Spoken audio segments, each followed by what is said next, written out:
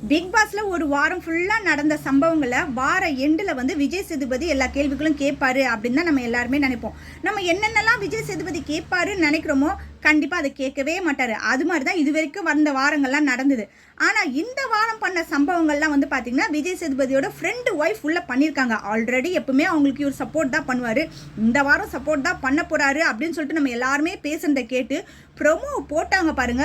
Promo பார்த்தோன்னே எல்லாம் அதிர்ந்து போயிட்டாங்க. என்னது, விஜய் சேதுபதி சாண்ட்ராவை இப்படிலாம் கேள்வி கேட்குறாரா? அப்போ சாண்ட்ரா இன்னைக்கு நல்லா மாட்டினாங்களா அப்படின்னு தான் நம்ம எல்லாருமே நினச்சிருப்போம். ஆனால் அங்கே என்ன நடந்தது அப்படின்றத பார்க்கணும் இல்லையா? விஜய் சேதுபதி என்ட்ரிலாம் கரெக்டாக தான் கொடுத்தாரு. கொடுத்த டைலாக்லாம் கரெக்டாக பேசி முடிச்சிட்டாரு.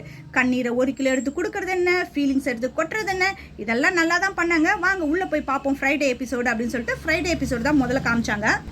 அதில் முதல்ல ஆதிரைக்கும் வினோத்துக்கும் ஏற்பட்ட பிரச்சனையை தான் காமிக்கிறாங்க.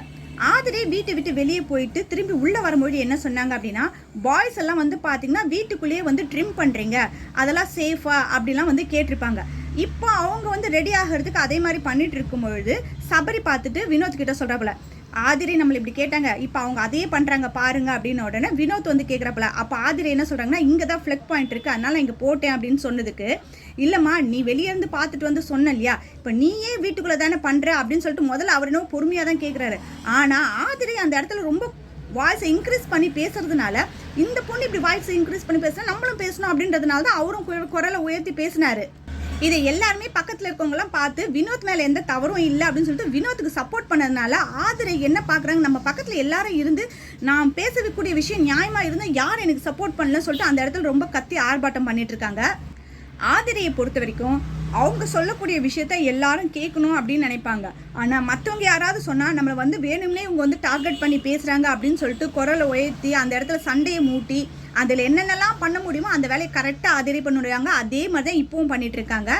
இதில் பக்கத்தில் இருக்கவங்க யாருமே நமக்கு சப்போர்ட் வரலையே அப்படின்னும் பொழுது தான் ஒரு குரல் கேட்குது. யாருன்னு பார்த்தா திவ்யா தான். யாருமே சப்போர்ட் பண்ணாத ஒருத்தருக்கு சப்போர்ட் பண்ணாதான் அந்த இடத்துல நம்ம மெயினாக நிற்போம் அப்படின்றத அவங்க நல்லா தெரிஞ்சு வச்சுருப்பாங்க இல்லையா?